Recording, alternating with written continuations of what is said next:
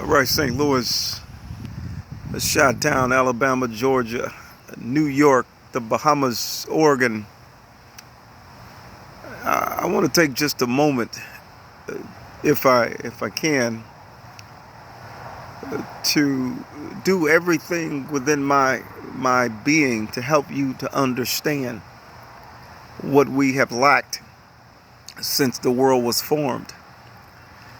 And I honestly believe what we've lacked is intelligence.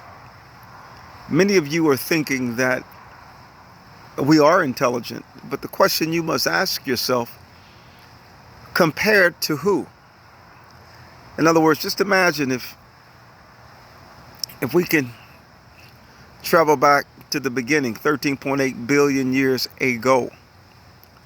If it's 13.8 billion years ago, that means that that's 13.8 billion years of power.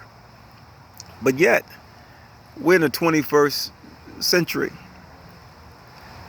But not only are we in the 21st century, we're literally going in the opposite direction of the beginning. So we're going towards the past, but yet we consider it the future. You know, it's hard for me to get you to understand, but I'm going to try my best to try to get you to understand. And I want to believe that your mind is wired to believe the deception. In other words, if you only live roughly 80, 90 years or 100 years old, when you get to 100, your capacity to sense, taste, touch, hear, smell, etc. has decreased. So the older you get, even though you're excited that you're living, you're still decaying. So in other words, your cells are still mutating, making bad copies of themselves. And as a result, you're never going to get the truth going in that direction, because that's the laws of thermodynamics. Entropy increases. So there's so many different probabilities and so many different states that you can process, and you can't predict the future if you go that way, because you got so many probabilities. However, just imagine if you have the ability to eradicate the air, the oxygen from the room and cause the electrons to stop. The electrons is what's hitting the objects, and it causes vibration, and it causes a distorted view. So if we can literally cause the electrons to stop shifting and bouncing, that's an indication to me we're stopping time, because friction and heat equals time. Minus friction and heat causes you to stop time, which literally will bring space at absolute zero minus friction and heat down to earth. But I don't believe we have come to the realization of what is actually going on. Many believe that space is up there because you got into a rocket and you went up there. But in order to go at Mach 7, Mach 8, you need a lot of power. And in order for you to be enclosed in that system that's going to go roughly 7, 8 Machs, your sound is going to literally vibrate with the sound of the speed in which you're traveling. And as a result, it's going to make you believe that you're flying. But yet, it's only in your mind. We are in trouble. You know, we are so illiterate.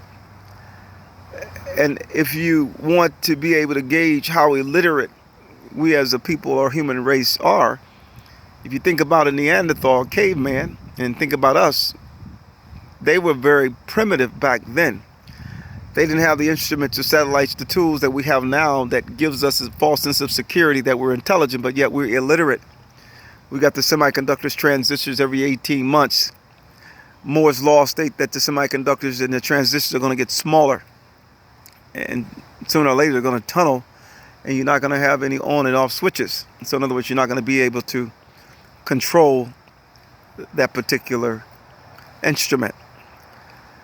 You know, I'm trying to my best to get you to understand that if we're one step behind the caveman, and the caveman to us is illiterate, or they didn't have the capacity to do and to create the things that we subsequently created, then who's after us? That's going to look at us and our technology and satellites and nuclear power and trains, planes, etc. as illiterate. And who's after them that's after us? And who's after them that's after them that's after us? What happens if we have the ability to reach a higher level of awareness and bring everything that's after us, which there is no one else, into the future, into the now? We would change the world as you know it.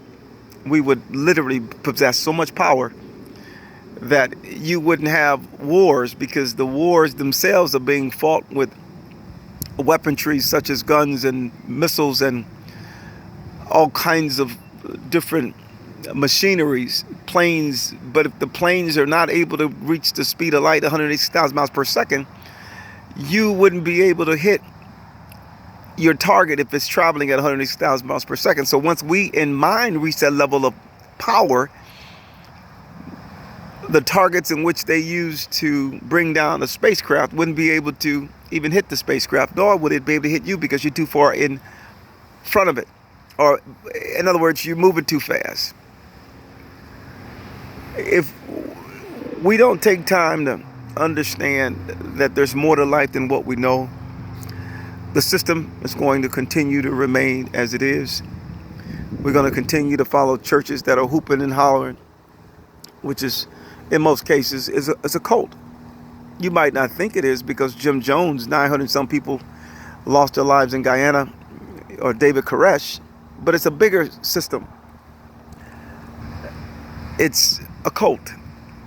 Many of you, if you don't like it, you're brainwashed and you don't know it. Until you break free from the system, you're not going to be able to refute, because you have not the ability to formulate a question to ask yourself, why are you trapped in that system?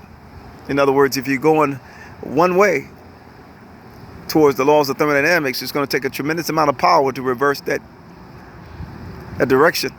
And in most cases, you don't reverse it. You just go from there to the grave. So that within itself tells me that you lack a tremendous amount of power. And once you get to that level of understanding, not a devil, darkness, disease, a virus can grip that level of power, because you are minus friction and heat. And when they see you, they're going to see a perfect sound. And that sound is above every sound. And that sound is God. God bless.